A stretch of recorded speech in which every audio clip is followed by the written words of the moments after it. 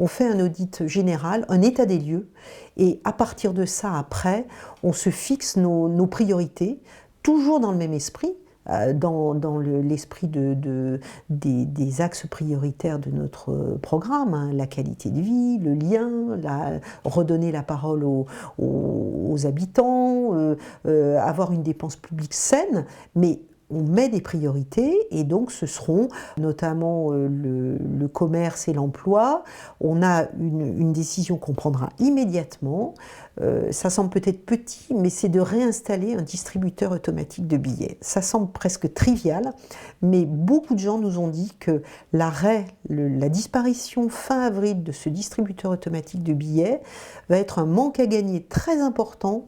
pour les commerçants et puis pour les personnes âgées qui n'ont pas de voiture ou qui ne peuvent plus conduire, ne plus avoir la possibilité de retirer 20-30 euros au distributeur, mais devoir aller à Coustelet ou à Cavaillon pour le faire alors qu'il n'y a pas de transport en commun pour y aller, ça semble indispensable. Donc nous, on fera ça très très rapidement. Alors, concernant la sécurité et pour répondre aux recommandations qui sont faites, d'avoir un policier municipal pour 1000 habitants, notre objectif immédiat, c'est de recruter un 3e policier municipal via les mutations. Hein, la commune est attractive et donc nous, ce sera un des premiers axes une première action sera de recruter effectivement un policier municipal supplémentaire. Parce qu'aujourd'hui, un policier municipal ou un policier municipal et demi est insuffisant pour pouvoir assurer la sécurité des biens, des personnes sur une commune comme la nôtre. Un point info destiné aux touristes qui n'est pas ouvert le samedi, qui au moment des vacances d'été est fermé parce que les gens sont en vacances, ce qui est bien normal, nous semble quand même quelque chose de peu logique dans une région comme la nôtre et surtout dans le cadre de notre projet qui est de favoriser un tourisme éco-responsable, un cyclotourisme. Si nous n'avons pas de point info tourisme pour que les gens viennent chercher des infos, c'est antinomique du souhait de développer la ville. Donc ce point info, on souhaite agrandir ses temps d'ouverture, et donc il faudra qu'on remette du monde dessus, parce qu'on sera obligé de mettre une personne supplémentaire pour pouvoir ouvrir par exemple le samedi. Ça semble logique. En arrivant aux affaires, une des premières actions que nous aurons sera de réparer la voirie et de sécuriser les déplacements en instaurant une limitation des vitesses et en organisant autant que faire se peut dans le cadre de nos compétences des déplacements sécurisés et doux. Si nous voulons diminuer le nombre de gens qui se déplacent en voiture, l'axe très très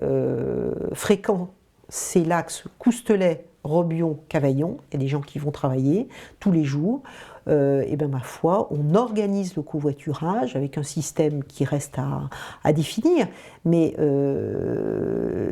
ça nous permettra de répondre tout de suite à un de nos objectifs, c'est-à-dire le covoiturage, on le formalise, on l'installe, on installe les aires et du coup comme ça les gens pourront se déplacer de façon groupée, ce qui semble quand même le plus raisonnable aujourd'hui.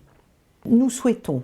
que la commune de Robion s'associe à la ville de Cavaillon pour que nous disposions du dispositif C'est ma navette,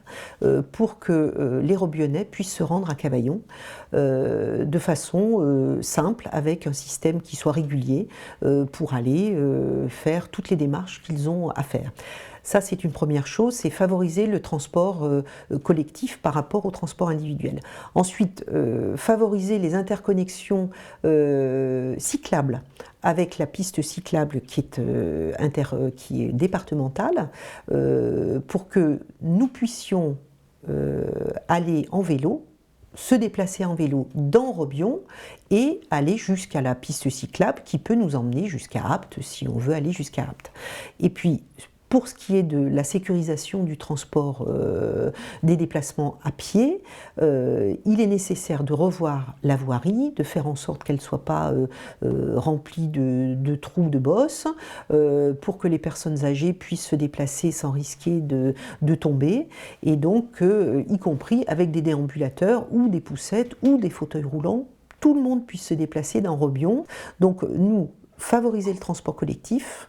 pour permettre aux gens de faire toutes leurs démarches, favoriser le transport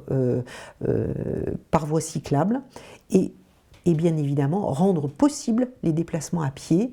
en sécurité sur la commune. Et puis on préparera l'année d'après et les 5 ans derrière.